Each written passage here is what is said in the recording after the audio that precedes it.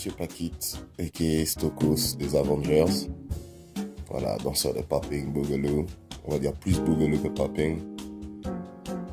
Voilà.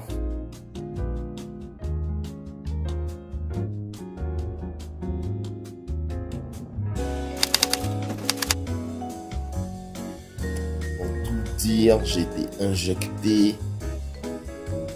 en décembre, l'année de mes 14 ans. Donc ça remonte à 99. Voilà, décembre 99. Depuis tout petit, j'étais fan de Michael Jackson. Je savais pas ce que c'était le hip-hop. Il y a autre chose. Je connaissais que Michael. Et dans un centre commercial en Martinique, j'ai vu un mec faire ce que les gens appellent le moonwalk. Le backslide, j'ai vu un mec le faire sur les genoux. Donc, étant sportif à l'époque, nageur, quand je l'ai vu sur les genoux le faire, je me suis dit, ah, en fait, lui, il est plus fort. Parce que nécessairement, t'as pas besoin de réfléchir très longtemps pour te dire que faire quelque chose sur les genoux, c'est un peu plus chaud que sur les pieds. Donc, quand je l'ai vu, j'ai dit, il y a des trucs que je connais pas, voilà. Donc, pour tout dire, c'est très clair dans ma mémoire, hein. Je l'ai vu, il était 14 heures. Et je me souviens que mon père, il est venu me chercher à 18h. En furie, genre, t'es où?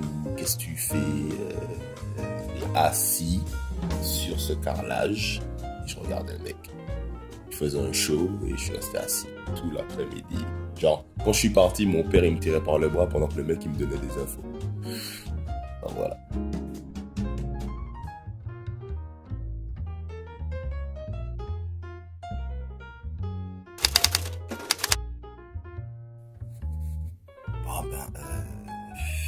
Comment dire? La première chose, en fait, c'est le premier choc, c'est la différence culturelle. La véritable différence culturelle, c'est simplement les mœurs des gens. Ça, c'est le premier choc.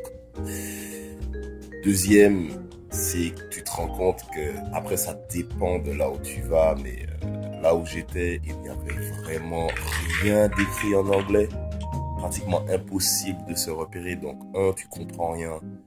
Deux, tu as l'impression, je dis bien l'impression, que les gens, c'est des sauvages. 3, tu peux rien lire. 3, tu peux pas commander quelque chose à manger. Bon, tu craques. Et ensuite, vu que j'enseignais à des petits jeunes, tu te rends compte que je me suis revu à travers une centaine de danseurs. En 2015, je me suis revu comme quand je commençais. C'est-à-dire à m'entraîner, à pas aller en cours pour m'entraîner des fois jusqu'à pas d'heure, parce qu'il faut savoir encore. C'est ça, c'est voir des centaines de jeunes, et puis pas forcément que dans mes cours, même dans les autres. Ils ont un feu, ils se lèvent, ils prennent les premiers cours à 8h le matin, ils prennent des cours toute la journée jusqu'à 5h.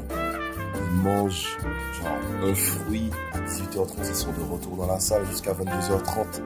Et ça, tous les jours, même le week-end, ils ont pas cours. À 18h30, ils sont dans la salle. Tous les jours, tout. Il n'y a pas un jour où ils n'étaient pas là. Les gens pas 5 dans la salle. Ils sont 70, il n'y a pas 1 cm² pour respirer.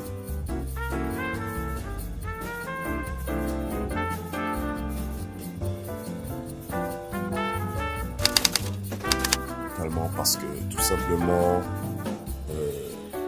les privés investissent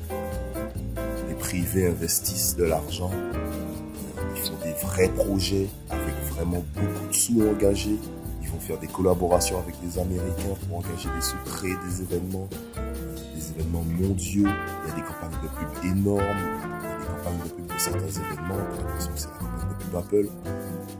Donc la prochaine nation, on va dire le prochain continent du hip-hop, j'ai envie de dire, c'est carrément toute la partie asiatique. C'est la Corée, le Japon, la Chine, Taïwan. Parce qu'ils investissent dans certains pays comme le Japon. Il y a des chaînes de télé avec des émissions, on va dire des Soul Train année 2015. Eux, ils ont embrassé la culture américaine et ils ont réussi à la mêler à la leur. Et c'est ça. Et tout simplement, ils se tuent, ils se piquent comme ça, à fond. Comme nous à l'époque, sauf que culturellement, c'est même pas de la faute des danseurs ou du milieu hip-hop. C'est inhérent au pays. C'est inhérent au pays. Les gens, ils vont investir des choses, des boîtes de nuit. Il y aura des shows de vraie danse hip-hop. Pas des shows comme tu peux voir en France où c'est un mec qui fait les beaux gosses parce qu'il est habillé, stylé, il fait un sale tour.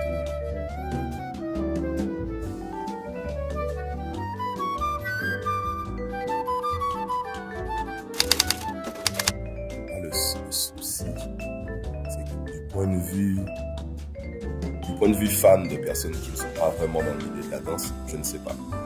Parce que j'ai pas eu de retour de personnes qui ne sont pas à fond dans le milieu. Mais, comme je dis souvent dans les vidéos, c'est un problème de danseur, je sais pas, c'est un truc d'artiste. Le background, ils s'en foutent. Donc, ouais, je suis sur la muraille de Chine. Ouais, c'est marrant. Mais qu'est-ce que tu fais? Parce que on ne m'a fait aucun retour sur ah ouais, t'étais sur la muraille de Chine.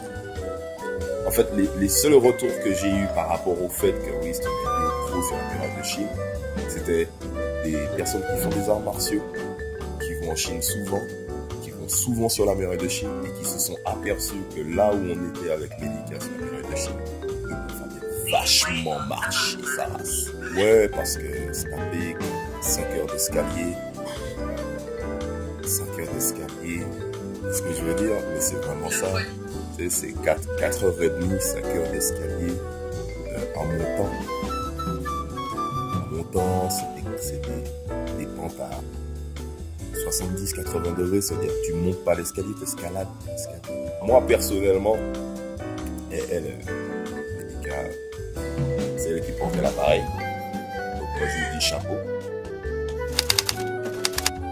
C'est simple, si professionnellement il faut aller faire une vidéo là-bas avec une équipe et tout le tintouin, des lumières, tout ça, c'est pas possible. Ça coûterait trop d'argent. Les gens ils voudraient pas. Regardez la série de vidéos. Il y a un moment où on est sur la muraille de Chine, mais c'est une partie de la muraille de Chine qui n'est pas rénovée.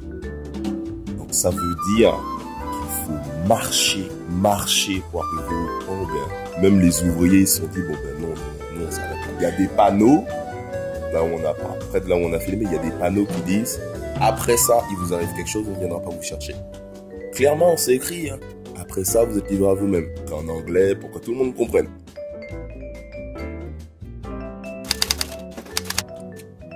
N'importe quel jeune danseur me dirait ouais, on lui a déjà dit.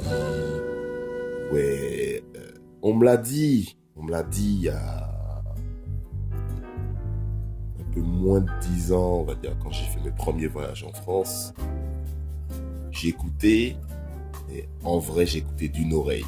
Mais c'est parce que 10 ans après, je peux dire j'ai écouté d'une oreille. Écoute la musique.